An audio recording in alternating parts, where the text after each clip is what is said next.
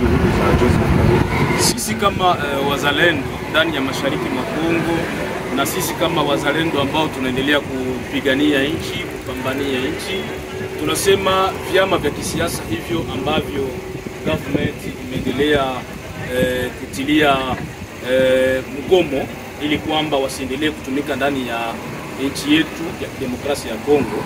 Tumepokea mambo hayo kama mazuri sana, tena matamu sana, kama mambo ya kusaidia usalama na vita ambayo tunaendelea kupambana nayo miaka mingi sana, na tangu mwezi wa pili CM Sud Kivu tunaendelea kupambana na adui ambaye anaendelea kuungana mkono hao wanasiasa ambao wamewezaga kukutanana huko Nairobi, Kenya, ambao ni wa patron wa hizo maparti politiki ambazo zimepigwa kabisa marufuku na kusema kwamba situmike ndani ya nchi yetu ya kidemokrasia. Ni kitu kimoja kikubwa sana na ni kitu ambacho kinaleta espoir ama matumaini kwa sisi raia ambayo tunaendelea kusumbuka, tunaendelea kuuawa, kukua pie ilegalema mali ya nchi kupitia hao watu ambao ni wanasiasa wa vyama ambavyo wametiliwa mgomo kutumika ndani ya nchi yetu.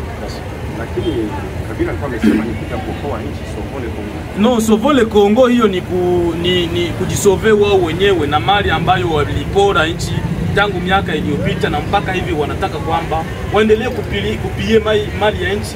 Haiko Sovole Kongo. Ingelikuwa Sovole Kongo kama hivi wangetuitisha sisi wazalendo tuende tuparticipe.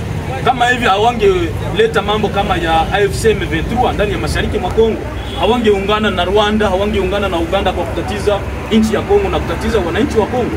Ingelikuwa Sovole Kongo wangekuja kuona wazalendo wa Mai Mai, wangekuja kuona watu wengine, na tunakaa pamoja, tusilete ama wasilete mambo kama yenye tuko tunapambana nayo kama AFC M23. Leo AFC M23 imeua plus de 10 millions de personnes mashariki mwa Kongo.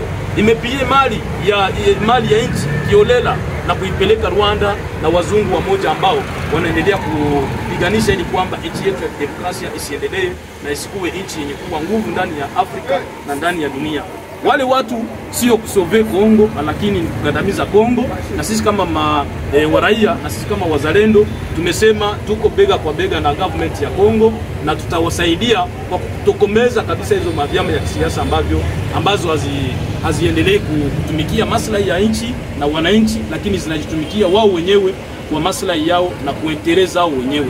Tutasindikiza gouvernement na tutaangalia kisi tunaweza kusaka hizo vyama vya kisiasa hata kwetu mashariki mwa Kongo. Hivi vyama vina existe viko, na tutaendelea kufunga milango yao ili kwamba wasitumike na wasifanye maaktivite, paske wakifanya maaktivite huku itakuwa toujours ni kuparticiper kuangusha nchi, alors que tuko na besoin que nchi simame na iendelee kuwa moja indivisible kama kisi mwetu amesema.